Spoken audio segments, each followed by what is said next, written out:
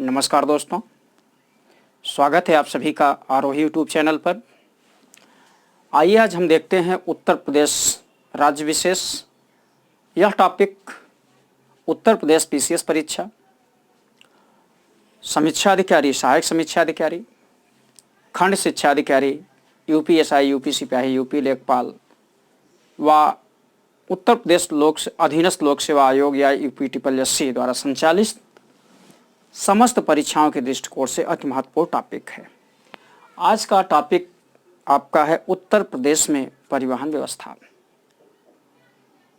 जो हमारे इस चैनल पर नए व्यूअर होंगे, प्लीज़ बार बार उनसे अनुग्रह है कि वे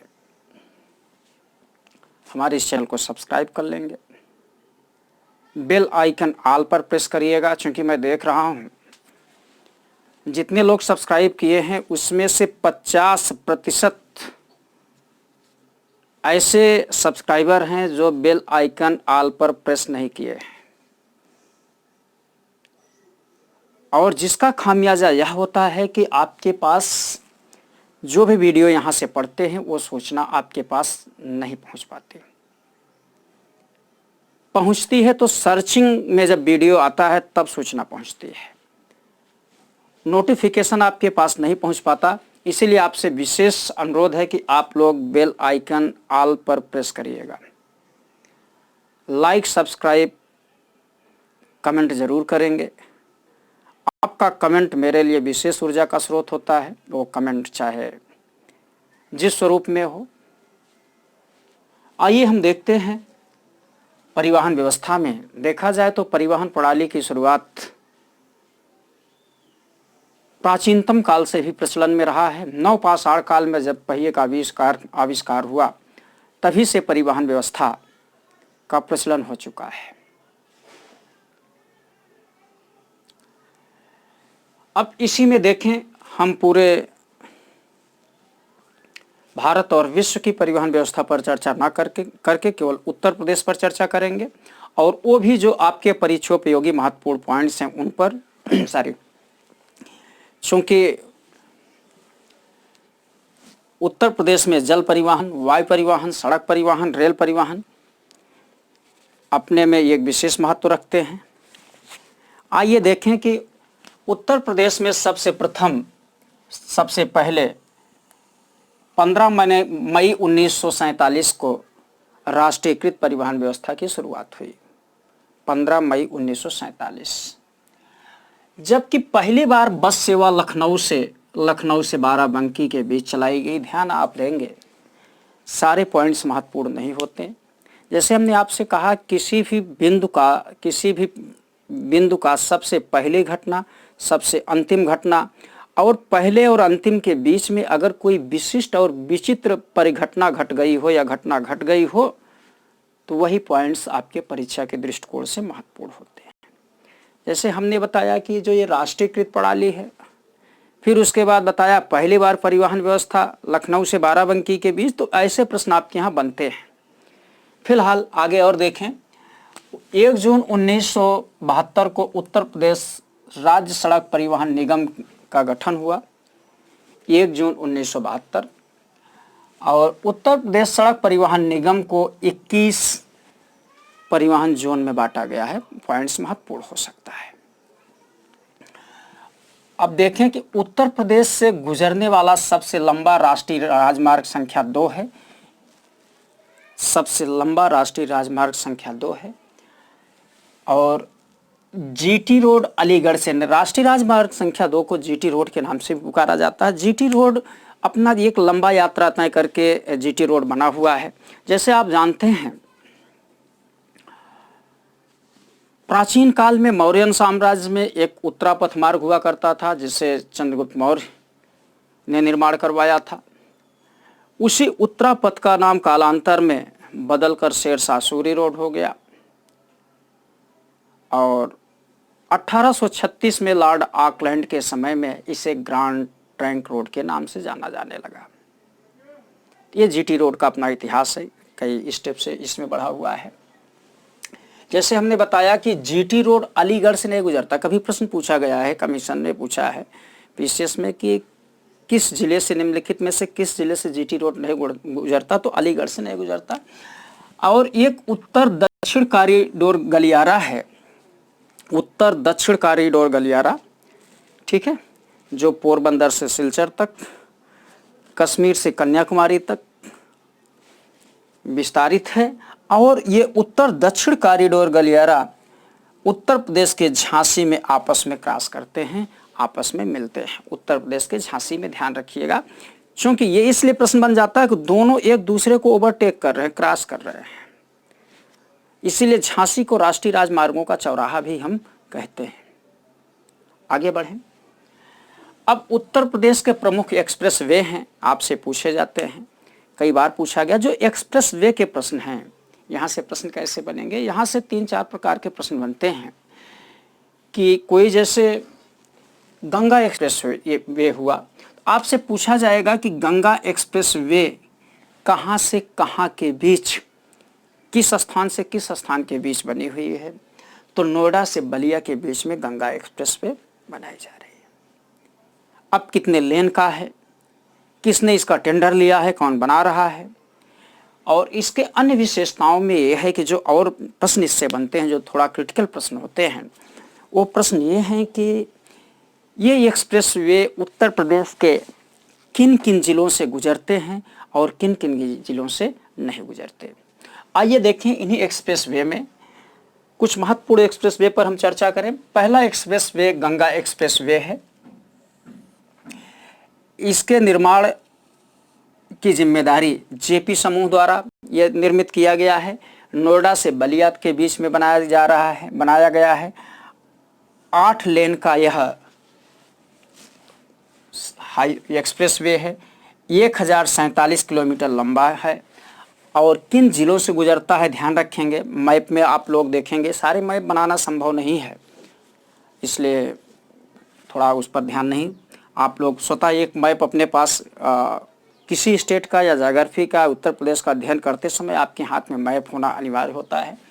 देखें, नोएडा से शुरू होता है, नोएडा से फिर बुलंदशहर, बुलंदशहर के आगे नरौरा होते हुए फतेहगढ़, फतेहगढ़ से कन्नौज, कन्नौज से बिठूर, बिठूर से कानपुर, कानपुर से उन्नाव, उन्नाव से ऊंचाहार, ऊंचाहार से प्रयागराज, फिर मिर्ज़ापुर, भदोही, वाराणसी, रामनगर, गाजीपुर से होकर एक लंबी यात्रा तय करके ये बलिया तक पहुंच जाती है।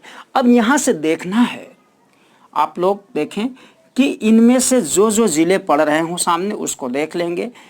कभी प्रश्न पूछा है कि गंगा एक्सप्रेसवे में कौन सा जिला या किस जिले से नहीं गुजरता या किस समूह से गुजरता, तो जिस प्रकार से कूट से प्रश्न बनाएंगे उसको आप देखिएगा। जब हम इससे संबंधित प्रश्न बनाएंगे, पहले पढ़ा लें, उसके बाद प्रश्न बनाएंगे तो हम यहाँ बहुत सारी बातें करेंगे। फिर आइए दूसरा एक्सप्रेसवे है यमुना एक्सप्रेसवे पर चर्चा करते हैं। यमुना एक्सप्रेसवे जो है इसके निर्माता जेपी समूह, इसे पहले इसका पूर्व नाम ताज एक्सप्रेसवे है। पहला प्रश्न यही बनता है यमुना एक्सप्रेसवे का पहला नाम क्या है या पूर्व नाम क्या है। आपने देखा कि ताज एक्सप्रेसवे यमुना एक्सप्रेसवे का पूर्व नाम है। यह ग्रेटर नोएडा से आगरा तक, ठीक है, ग्रेटर नोएडा से आगरा तक, या ग्रेटर नोएडा अलीगढ़, देखें ग्रेटर नोएडा अलीगढ़, तो हम देख रहे हैं कि गौतम बुद्ध नगर, अलीगढ़, मथुरा, हाथरस से होकर आगरा तक यमुना एक्सप्रेसवे गुजरती है। और इसके बाद अगला एक्सप्रेसवे आपका है आगरा लखनऊ एक्सप्रेसवे। इसे बनाने की जिम्मेदारी यूपीडा की थी। यह आगरा से लखनऊ तक गुजरेगी, जो 302 किलोमीटर लंबी है। कितना है? 302 किलोमीटर, 6 लेन की है लखनऊ आगरा एक्सप्रेसवे।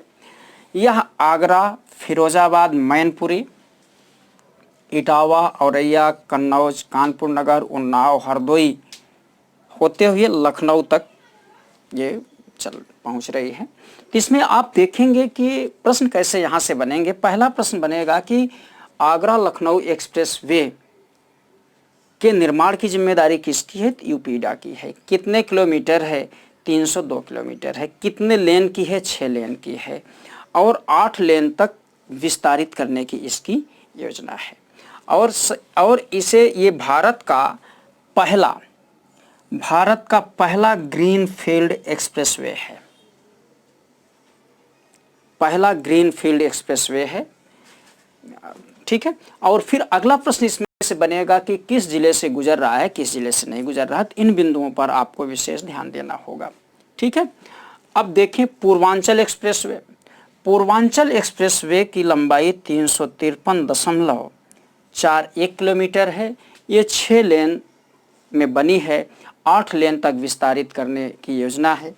यह लखनऊ, ठीक है, लखनऊ से गाजीपुर तक, ठीक है, लखनऊ से गाजीपुर तक। और गंगा एक्सप्रेसवे नोएडा से बलिया तक, ध्यान रखेंगे, कन्फ्यूज यही होंगे। गंगा एक्सप्रेसवे नोएडा से बलिया तक और पूर्वांचल एक्सप्रेसवे लखनऊ से गाजीपुर तक। गाजीपुर आप देख रहे हैं, ये आपका बलिया है, ग्रेटर नोएडा से बलिया तक गंगा एक्सप्रेसवे। और लखनऊ से, ये आपका लखनऊ है, लखनऊ से बलिया के पहले गाजीपुर ही पड़ता है, यहाँ तक ध्यान रखिएगा। ठीक है।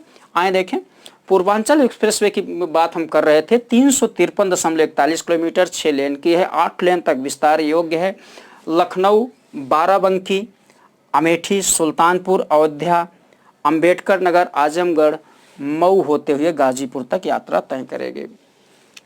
सबसे महत्वपूर्ण बात यह है, इसी एक्सप्रेसवे पर, लखनऊ एक्सप्रेसवे पर, पूर्वांचल एक्सप्रेसवे पर उत्तर प्रदेश के सुल्तानपुर जनपद में वायुसेना के प्रयोग के लिए इस पर एक हवाई पट्टी भी निर्मित की जा रही है कि ताकि आपात स्थिति में, जैसे इन दिनों आपात स्थिति देश में दिखाई पड़ रहा है, आपात स्थिति में कहीं भी एयरबेस हमारे लैंड कर सकें।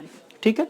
अगला इसी में और पॉइंट हम देखें, ऊपरी गंगा नहर एक्सप्रेसवे ग्रेटर नोएडा से देहरादून। आप अगर पिछले हमारे वीडियो देखे होंगे तो उसमें हमने बताया है ग्रेटर नोएडा से देहरादून नहरों के बारे में बताया है। तो ग्रेटर नोएडा आप देख रहे हैं, यहाँ से ऐसे किनारे किनारे किनारे किनारे हरिद्वार से देहरादून तक एक यात्रा तय करेगी, जिसे ऊपरी गंगा नहर एक्सप्रेसवे के नाम से जाना जाता है। यह ग्रेटर नोएडा से देहरादून तक है।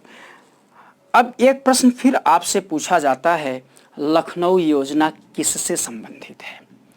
लखनऊ योजना किससे संबंधित है? तो लखनऊ योजना सड़क निर्माण से संबंधित है या सड़कों से संबंधित है। और यहीं पर हम एक प्रश्न आपके लिए छोड़ रहे हैं, कल्प योजना किससे संबंधित है? ठीक है, दोबारा सुन लें, कल्प योजना किससे संबंधित है? चलिए, अब हम रेल परिवहन की बात करें। उत्तर प्रदेश में रेल नेटवर्क अगर देखा जाए तो रेल नेटवर्क के दृष्टिकोण से उत्तर प्रदेश का देश में प्रथम स्थान है। 1859 में सबसे पहली बार प्रदेश में, ध्यान रखिएगा, 1859 में सबसे पहली बार प्रदेश में इलाहाबाद से कानपुर के बीच रेलगाड़ी चलाई गई। तो आपके लिए 2 प्रश्न है। फिर सबसे पहली बार वैश्विक स्तर पर रेलगाड़ी कहाँ चलाई गई? और दूसरा प्रश्न है, भारत में सबसे पहली बार रेलगाड़ी कहाँ चलाई गई या किसके किसके बीच चलाई गई या कहाँ पर रेल लाइन बिछाई गई? यह प्रश्न मैं उम्मीद करता हूँ इन प्रश्नों का उत्तर आप जरूर देंगे। आइए अगला पॉइंट इसी में देखें। रेलवे संग्रहालय वाराणसी में है। बिजली ड्राइवर प्रशिक्षण केंद्र गाजियाबाद में बनाया गया है। इसके बाद और रेल से संबंधित बात करें, देश व उत्तर प्रदेश का सबसे छोटा रेल मंडल, ध्यान रखिएगा, सबसे छोटा रेल मंडल मुगलसराय में अवस्थित है। एशिया का सबसे लंबा बिजली लोको शेड मुगलसराय में है।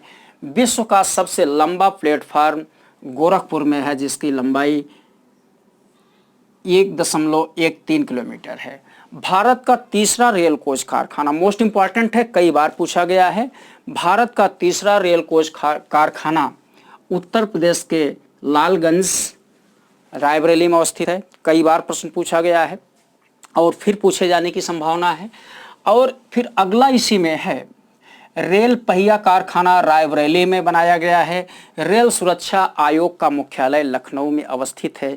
रेल सुरक्षा आयोग, हालांकि ये प्रश्न आपसे नहीं बना है क्योंकि ये UP triple S C base के कुछ प्रश्न इसमें हैं, कुछ पीसीएस बेस के प्रश्न हैं।